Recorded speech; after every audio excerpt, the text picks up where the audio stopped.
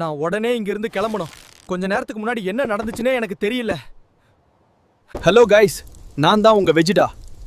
ஒரு சின்ன சுரங்கப்பாதை வழியா இங்க வந்தேன். ஆனா இங்கிருந்து எப்படி வெளியே போறதுன்னு தெரியல. மணி 10 ஆக போகுது. இன்னைக்கு ராத்திரி தங்குறதுக்கு ஒரு மறைவான இடத்தை நான் கண்டுபிடிச்சே ஆகணும். கோகு இங்க இல்லாததுனால இதுதான் என் வாழ்க்கையிலேயே ரொம்ப பயங்கரமான ராத்திரியா இருக்கும்னு நினைக்கிறேன்.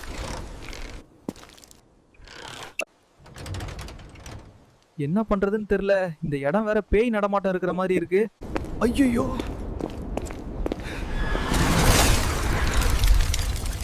எங்க போட போனாலும் பேய் நட்டை இருக்கு.